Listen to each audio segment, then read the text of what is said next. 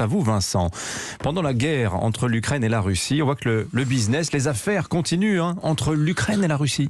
Oui, non, c'est un chiffre qui est livré par le patron de Naftogaz, la compagnie nationale équivalente de GDF en Ukraine. Naftogaz assure le chauffage de 12 millions de familles. Évidemment, la guerre perturbe le service. Quand un missile s'écrase sur un immeuble, il faut couper le gaz de tout le pâté de maison en urgence. La compagnie s'y emploie avec des équipes qui se précipitent sur place. Au total, après un mois de conflit, 300 000 abonnés sont privés de gaz. 300 000 sur 12 millions. Le chiffre colle mal avec les images qui passent en boucle et qui montrent le calvaire des habitants de Mariupol.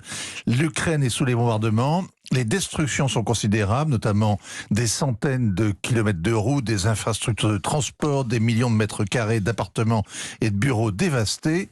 Mais pour 97,5% des abonnés, il y a le gaz à tous les étages. Est-ce qu'on est sûr de cette évaluation, Vincent ? C'est celle de la compagnie livrée au Washington Post. Alors une question en amenant une autre, il faut aller un peu plus loin, il faut se demander d'où vient ce gaz.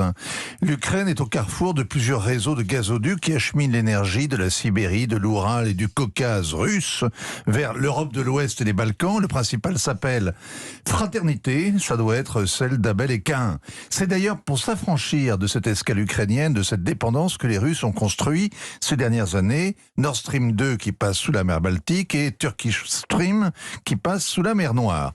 30% du gaz livré aux Européens passe encore par l'Ukraine. 40 milliards de mètres cubes par an qui finissent leur périple dans les chaudières ou les centrales d'Allemagne, d'Italie, de Roumanie, de Hongrie, de Slovaquie et de République tchèque. Alors, l'Ukraine prête son sous-sol et touche en échange deux sortes de loyers. Un en nature, le gaz qu'elle prélève au passage, et l'autre en espèces, les royalties qu'elle encaisse. Pour la période 2020-2025, le montant s'élève à 7 milliards d'euros.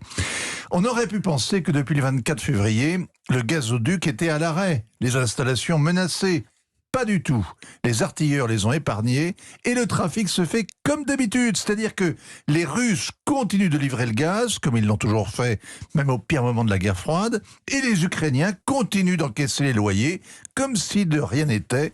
C'est absolument du jamais vu. Ce que vous nous racontez est absolument incroyable, puisque les dirigeants ukrainiens reprochent amèrement à l'Europe de l'Ouest d'acheter ce gaz et ce pétrole russe, et qui passe donc par leur territoire. Oui, l'hôpital se fout de la charité. Les Ukrainiens reprochent, mais ils gardent le robinet ouvert.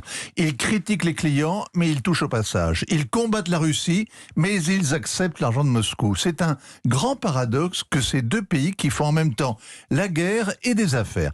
Il y a de quoi relativiser, évidemment, le chantage moral qu'exerce le président Zelensky, exigeant des Européens qu'ils cessent illico de commercer avec la Russie. La semaine dernière, il s'est fait applaudir debout par députés et sénateurs français, alors qu'il venait de citer Renault, Auchan, Leroy Merlin, qui ont des dizaines de milliers de salariés russes et qu'il accuse d'être les sponsors de la machine de guerre russe.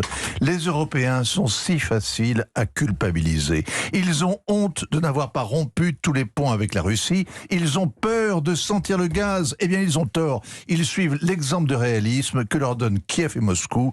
Pour eux, l'argent n'a pas d'odeur. Merci beaucoup Vincent Hervouet. C'est assez éloquent ce que vous venez de nous raconter.